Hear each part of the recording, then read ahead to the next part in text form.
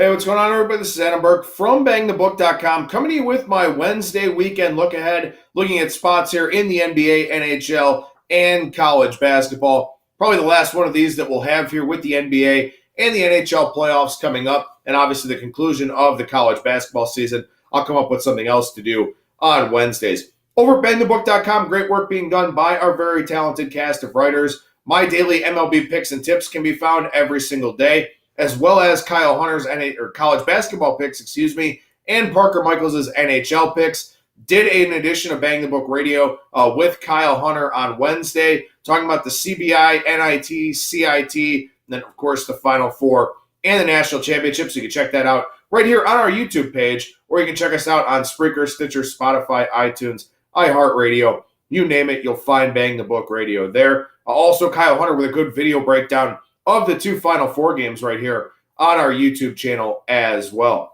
right, let's take a look here at some spots for the NBA and the NHL. Look, it's one of those weekends where it's very, very difficult because the NHL regular season wraps up on Saturday. The NBA regular season wraps up next Tuesday, I believe.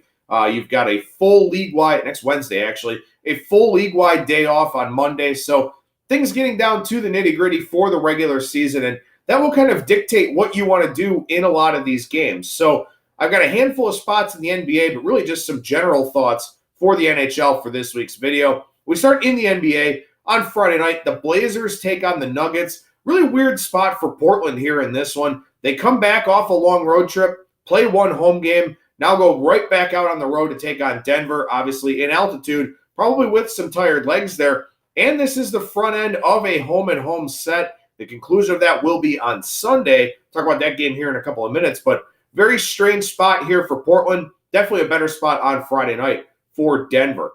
The Nets and the Bucks play on Saturday. Now, the Nets will be well rested for this road game.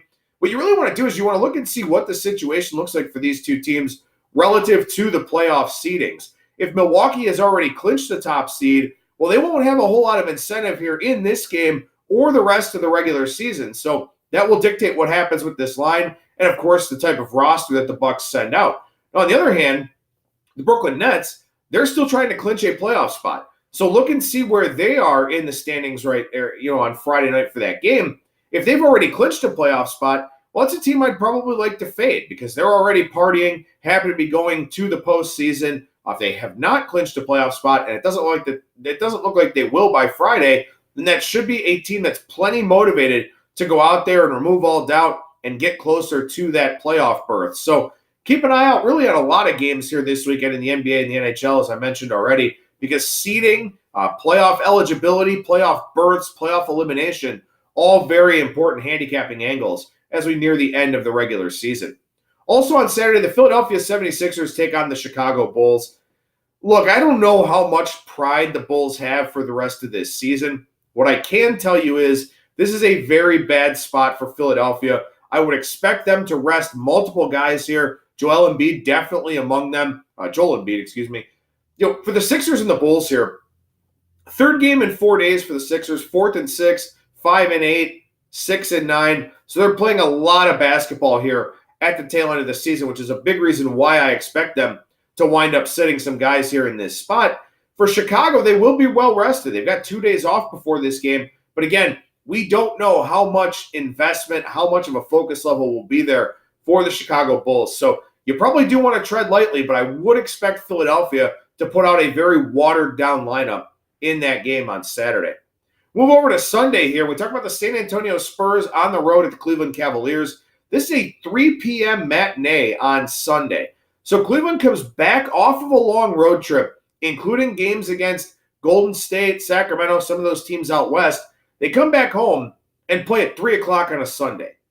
The crowd will not be invested in this game. There probably won't be much of a crowd for this game. The Spurs, with some seeding considerations in the Western Conference, I guess is a complete and utter punt for the Cavaliers. I know they've been playing a lot better here of late. They've been putting some effort and emphasis into the end of the regular season. I don't think that happens here in this spot. I would definitely expect the Spurs to take care of business here, assuming that they trot out a full lineup for this one. But again, Cavs coming off a long road trip late in the year to play a day game. Can't expect them to be all that invested in this one. Mavericks and the Grizzlies on Sunday. This is the conclusion of a home-and-home set. Will this be a home revenge spot here for Memphis after losing at Dallas? Will Dallas care? Will Memphis care? A lot of questions about interest level for these bad teams here this weekend in both the NBA and the NHL. But obviously, if Memphis lost that game on the road at Dallas, you would think that they'd like to get that win back here at home. So I'd be looking at Memphis in that situation, but certainly you want to look a little bit closer to game time and see how these two teams could shake out. Finally, as I mentioned, the Nuggets and the Blazers. This is a back-to-back, well, not a back-to-back, but a home-and-home set between the Nuggets and the Blazers here. So now the script flips and we play in Portland, where the Trailblazers have been very, very good here so far this season. No worry about revenge spot here because both of these teams with a lot to play for. Denver would love that number 1 seed. Portland would certainly like to improve their standing as well. So would expect both teams to give a max effort here, but with the home-and-home angle, just one of the interesting quirks about this weekend in the NBA. We move over to the NHL for a couple of minutes here, and look, the regular season ends on Saturday, so not a whole lot of specific games to talk about because we don't know what things are going to look like. Obviously, there are a few considerations to have in mind. Look for spots in the early games that could affect the late games. For example, Nashville plays at 8 o'clock, Winnipeg plays at 10 o'clock.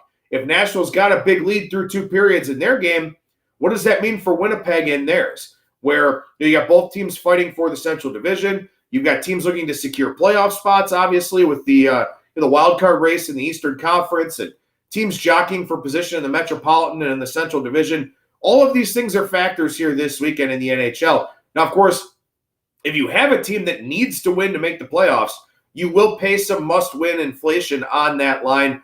Keep that in mind. It can be a little bit dicey to lay those teams with pressure against those teams that have nothing going on. They're just going to go out there and play free and easy. So a lot of factors here to say the least this weekend in the NHL. The only team not in action on Saturday is the Anaheim Ducks. So there are 15 games on Saturday. If there are games that don't matter for the playoffs either way, look for overs in those games because those players will be looking to pad their stats as they head on into the offseason. Finally, the college basketball side of things here. Obviously, the Final Four on Saturday. Virginia and Auburn, Michigan State and Texas Tech. I wrote up previews over at bangthebook.com for you to check out. We did that preview podcast with Kyle Hunter on Wednesday, and he also did a video here for us on our YouTube page. A lot of factors going into these two games. Very interesting and nuanced handicaps for both of them. Should be a lot of fun there in Minneapolis on Saturday. So check out our bangthebook.com content with the 2 previews, our Bang the Book radio episode, and also that video here with Kyle Hunter on our Bang the Book YouTube page. I'm Adam Burke for bangthebook.com.